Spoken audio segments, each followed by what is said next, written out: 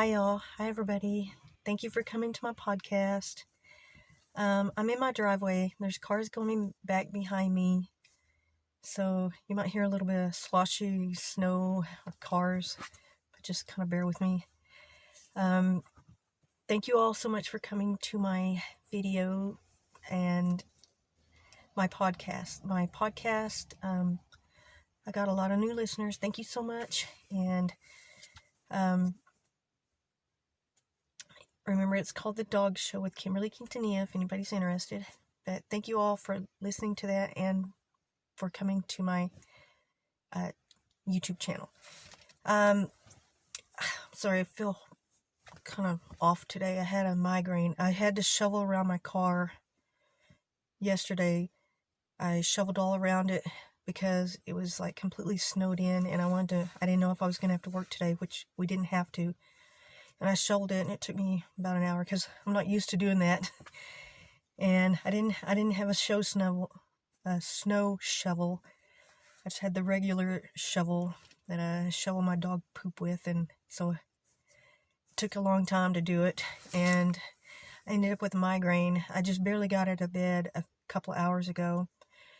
I was stuck in bed all day because when I have migraines, they like completely debilitate me. I can't drive. I have difficulty seeing. I have blurry vision, so I feel a little off right now. So I may feel, I don't know, I think my voice is kind of shaky, but I kind of get that way, and my hands shake when I get a migraine. And I took a bunch of, not Advil, what do you got, ibuprofen. I don't like to take any migraine medication because it's so strong, and I haven't actually gone to a doctor for them. I've just been controlling them with the ibuprofen, and it takes a while for it to kick in, and so I may sound a little weird today, and just my vision isn't really cleared up that much yet. I'm going to talk about the stimulus checks. Okay, I'm sorry. I'm going to talk about the stimulus package and checks and a little bit of that. What the new administration is supposedly going to do. Well, the stimulus checks, it's still not quite clear about that. I'm not sure if Biden is going to give a speech in the next few days. There was some chatter about him giving a speech on the 14th or 15th to discuss the stimulus checks again, or give a little preview of what they were going to do. And so I don't really know. There was an issue with Senator Manchin from West Virginia. Joe Manchin, he wanted to not give out $2,000 checks, and he's a Democrat, and he was very, very staunchly against it, coming out saying all these things that he didn't want to, he wasn't going to give out these checks to people who didn't deserve it. And that I think people he might have gotten some correction or something, I don't mean disciplinary correction. I mean, he probably was talking to other colleagues, and I believe he had an issue with people who are making like $250,000, $300,000 a year. Why send them a $2,000 check? And I kind of agree with that. I think that's a little. If you're making $350,000, $400,000 a year, you don't need a $2,000 check from the government. You should have saved a lot of money out of that $400,000 that you make, or $300,000, or whatever it is. So I can kind of agree with that. But the way that he was going to shut out all these people, I mean, in this middle of this pandemic, I think he had a lot of colleagues that were talking to him about it, and possibly other people too, trying to express to him that that's not the reason why we're doing it, to give it to people who make $350,000 a year.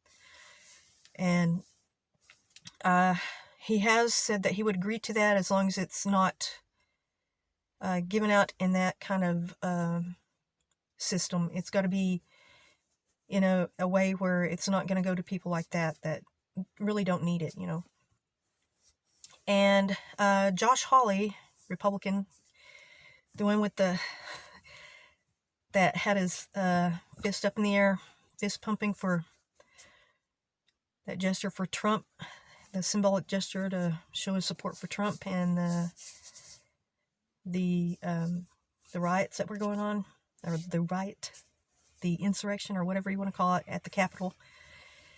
He kind of derailed his career a little bit, pretty much. I don't believe he's at the Capitol. He's not shown up. He hasn't been participating in anything, and he was one that a Republican who actually supported the $2,000 check. But I think we can do it without him. And, he had a lot of ambition he was hanging on to Trump's coattails because of, he had a lot of ambition for a 2024 campaign. So who knows I don't know how his career, his political career is going to recover from this, or if he can recover from it, if he's going to have any kind of, he may be dealing with some legal ramifications for, I don't know. I don't want to say inciting, because I know he didn't give a speech, I don't believe, or if he did, I missed it, but just the fist pumping. I think that was when he was on his way into the Capitol building I don't remember when that picture was snapped, but there's a picture of him that I've seen it, and God, that was a career killer for him, I think. Rudy Giuliani, he may be in the same boat. I'm going to go over that in a different video, but back to the stimulus package. It's getting very close, the inauguration date, and Mike Pence is going to be the one participating in this inauguration. Trump is not going to be there. Let's see, 140,000 people lost their jobs in December, so that was like a huge number at the end of the year. That's usually not indicative of the numbers that we usually have for job loss in that month of December. But the circumstances with this pandemic, jobs are going away. Restaurants and businesses, all kinds of businesses are going under, and they're not opening back up. People are, essentially losing their careers here. And so to recover from that, it's going to take a stimulus package. A lot of Republicans think, we just need to go back to work. But, there's not a lot of places that you can go back to work for people who are skilled, may only have that skill or limited skills. There's only certain things that some people can do, especially without a degree. And a lot of restaurant workers, a lot of wait staff, cooks, the restaurant industry has been decimated. It's just been wrecked, with this pandemic. And I think Republicans aren't seeing that part of it. They're not seeing parts of the industries that are completely destroyed, and the people who work in those don't have degrees, and they don't have the resources to go to school right now. A lot of them are older. They don't want to. They're not going to. I don't want to go to school right now. I'm a few years away from retirement. I don't want to do that, and the cost and the, taking on a loan or getting into more debt to go to school to elevate yourself at a certain age. People don't want to, a lot of people are hesitant to take that out, because that's like taking on a second mortgage. Nowadays, to go to college or to get a higher degree, it can cripple you financially. And that's one of the things, the paying back of the student loans. They're trying to figure out a way to wipe out $50,000 worth, or that's been suggested, I think, in somebody's package. There's so many of these little, even if it's not a complete package, there's a lot of suggestions that a lot of these Congress people are throwing in, their ideas, or little bullet points of 2 or 3 things that they would like added to a package, or try to, it's all like horse trading and bartering. They're coming up with different ideas, which is, that's great. We have so many people, all these minds that are coming up with these ideas, and hopefully they can put together a package that is appropriate for what needs to be done in this time period, in this pandemic. And a lot of people are freaking out over the cost, but this is a catastrophic thing that's happening to this nation. And with the riot, it showed how vulnerable we are militarily and financially. We're at an extremely vulnerable point. This is one of the worst things that's ever happened to this nation since the Civil War. And we have to either get back up financially, or both financially, and put on a stronger display of military might, I guess you would say, for protecting our capital. We could, all the major countries with strong armies, Russia, China, and just, there's so many countries that were looking at us at a military standpoint when they saw that happening. That was just like unbelievable for that to happen, for them to be given that. That would be like a top secret security thing that they're lucky to know about, but it happened publicly. This wasn't some little tiny breach that was top secret that they tried to keep secret, from enemies. This happened in a full public view in front of the world, and now they know how vulnerable that is.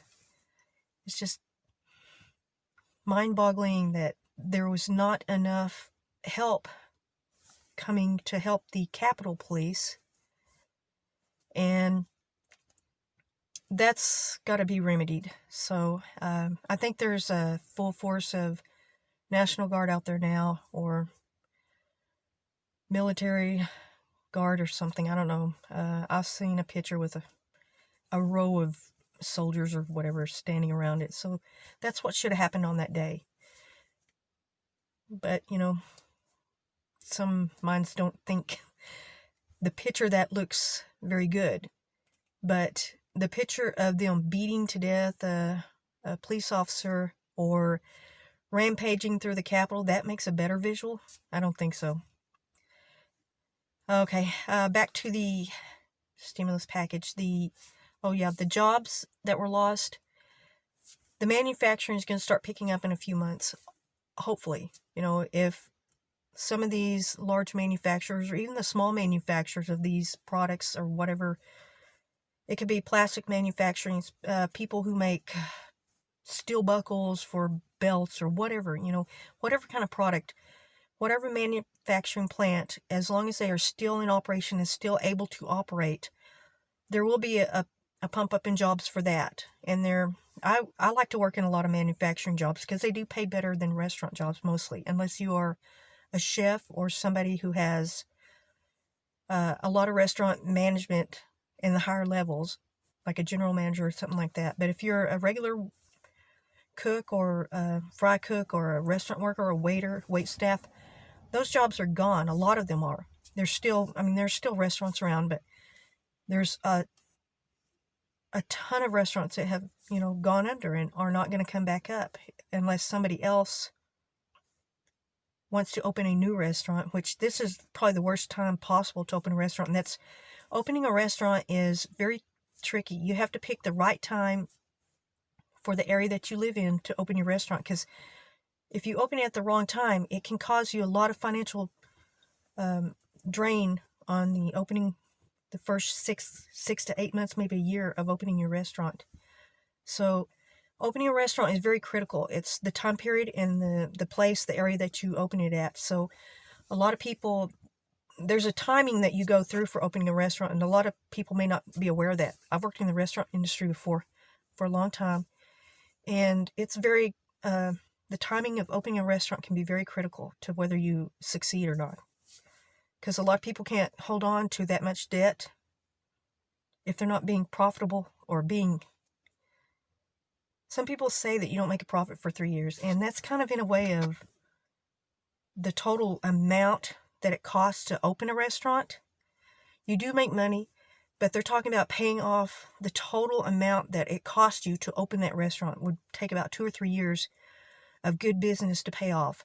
And that's what they mean by that. It doesn't mean that you don't make a profit. You do make a profit, but you're still paying high bills to pay off everything that you've borrowed, or interest, loans, or something like that. That's what that means. So a lot of these restaurants people aren't gonna want to stick their neck out for something like that kind of industry, especially if you're experienced and you know about the finances of restaurants. A lot of people aren't going to want to do that because it's very tricky. Restaurants are one of the most volatile businesses that you can open, whether or not you succeed or not. It takes a lot of, I want to say, not necessarily experience, that does help, but being able to gauge whether or not you are opening it in a timely fashion for the area that you live in, considering the economy that you live in.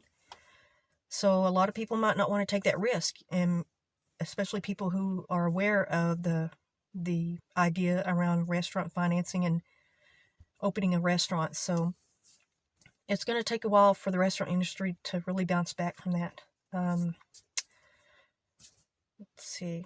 Oh, vaccinations. The vaccinations, Joe Biden's trying to fast track that. So I want to say a lot of people are getting the vaccinations right now, but I don't know if a lot of people are going to take the vaccination. I want to take it. I'm kind of waiting and seeing what's happening. A lot of frontline workers are getting them first, the nurses, doctors, and, they deserve it. They're the ones who need it the most. The elderly, people in certain categories should get it first. I do a little bit of DoorDash, which I haven't done it for about a week. I did it a few weeks ago, a few days for a few weeks. But this last week I haven't done it. I was going to do it on Saturday, but the weather was starting to look bad, and I didn't want to get caught in the snow. The weather here is real tricky, so I wasn't sure if it was going to snow or not, because we had this sky that looked really bad. But it actually didn't snow till Sunday, so. Okay, I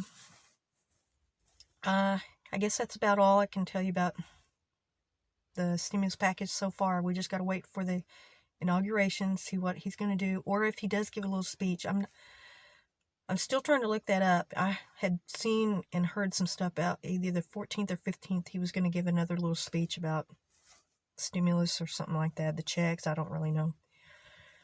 Okay, thank you all. Thank you for listening, and like, comment, subscribe. Thank you.